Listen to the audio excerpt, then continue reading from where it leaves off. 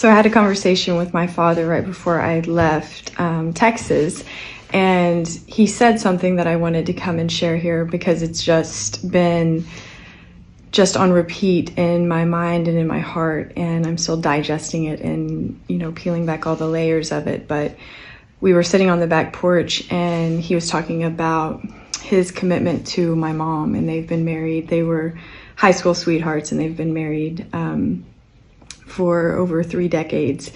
And he was talking about love and commitment. And what he told me was that love is not needing to know the ending to commit. It's knowing that committing is the ending.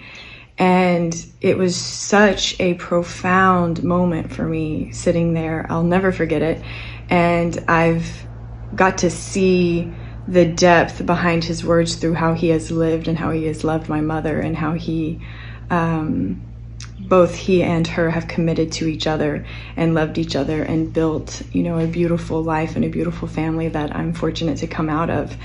And the more I've sat with his words, the more I've put them on everything like I do, because I think love is not just a sentimental thing. It is not just something between two people, but it has to initiate and pour out from the individual. And so I always take it to the individual first, because if it's not embedded and pulsing through the individual, then anything external to that can't be as in integrity as it would be if the source were pure. And so that's always where I take it with myself first before I take it to a partnership or a relationship or a romantic partnership.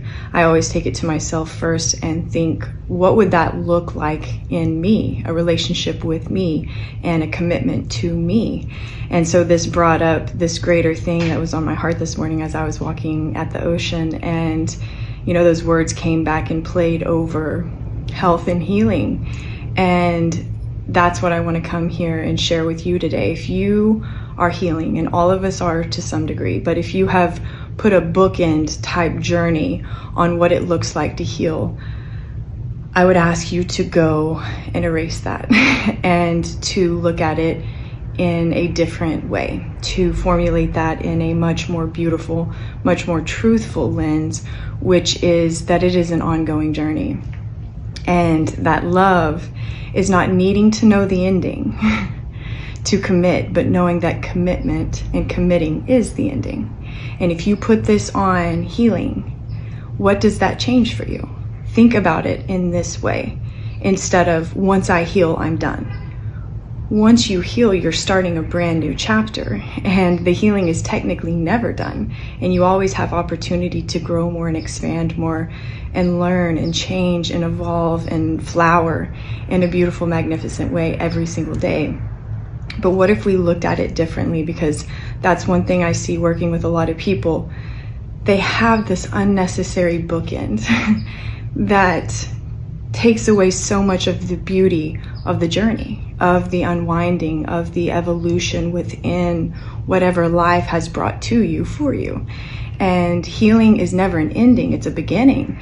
And so if you are determined to heal so that you can end all of these beautiful things that you've incorporated in order to heal, what are you doing? And what if you looked at it in a different way and looked at what you were going to continue, and looked at what beautiful truths you've extracted because of these challenges to continue to commit to, right? That's loving yourself. That's loving the journey. That's not, demanding and manipulating a body to get an expected outcome to do what with. That's not a beautiful story. The beautiful story is exactly what my father said when he was speaking on love and commitment. And when you speak on love and commitment, it washes over every area of life. So use his words and put them in your life. What are you committing to? What are you truly loving?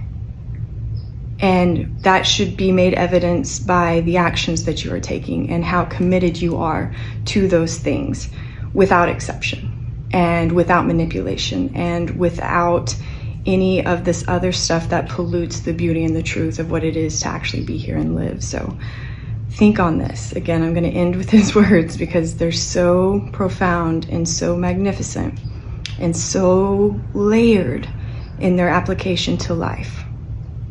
Love is not needing to know the ending to commit, but knowing that committing is the ending.